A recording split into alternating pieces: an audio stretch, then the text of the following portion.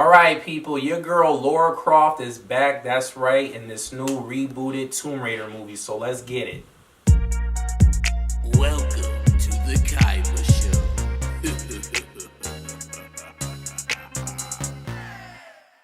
Alright, so this movie is starring Alicia Vikander, Dominic West, and Daniel Wu, and is directed by Ruar Utag.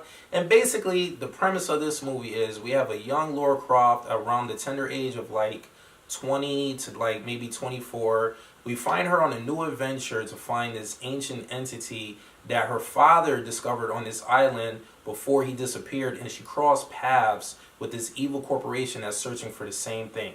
Alright, so what worked for the movie? Surprisingly, the storyline was pretty okay for a video game adaptation movie.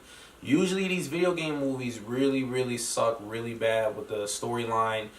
They just don't know how to incorporate realism with the video game world and put the two together to make a real good storyline.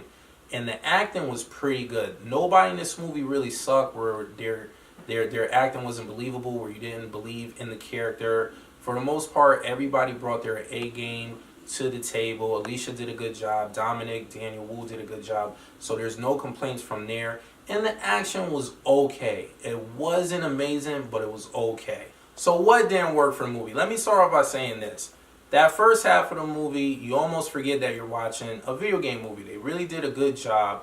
Then the last portion of the movie, that second half, they did this thing in the story where like, this is a video game movie, I almost forgot. For me, I didn't really care too much for that direction that they took the movie. I'm not going to ruin it for anybody. Somebody else might like it. But for me, it just didn't sit well with me. And then another thing that didn't work for a movie was some of the action scenes were a little bit over the top, where once again it reminded you that you were watching a video game adaptation movie, because we have the main star, Lara Croft, Tomb Raider. She's jumping high as if she's like LeBron James, Michael Jordan, across mountaintops and trees and stuff. It just didn't come off believable, because I don't think any human is going to be able to jump that high and far like how they did in this movie. And some of the other scenes, it was just a miracle that she was able to land here, jump here, catch this.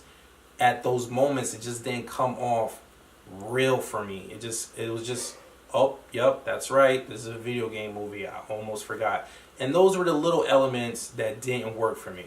So overall, people, I'm going to be honest with you, this movie wasn't bad. It was actually shockingly okay. So with that being said, on a Kaiba scale of 1 to 10, I'm going to give this movie a soft 7. For a video game adaptation movie, this is definitely in the category of actually being one of the better ones. The last time I actually thought a video game adaptation movie was decent was probably when Prince of Persia came out. And I know that's a far stretch, because there's been a lot of bad video game movies these past, 20 years? I mean, the Resident Evil franchise definitely has gone way left field. Assassin's Creed wasn't good, but I feel like this movie overall was pretty decent. So I don't really recommend seeing it IMAX and at night, but if you want to catch it during matinee, it's definitely worth that ticket admission. So, like I said, Kaiba scale 1 to 10, I'm going to give this movie a soft 7. So if you like what you see and you want to see more, please hit the subscribe button. After hitting the subscribe button, hit the bell button next to it so you get notified every time I upload a video. And please hit the like button and leave a comment at the bottom.